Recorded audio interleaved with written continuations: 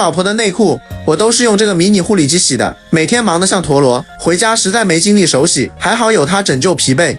它采用波轮纺手洗设计，能正反双向强力揉搓，比手洗干净多了，而且有5分钟快洗和10分钟精洗2档可选，日常清洁或深度去污都能轻松应对。它还配备蓝光杀菌功能，内衣、内裤、袜子放进去就能洗，再也不用担心和其他衣物混洗不卫生。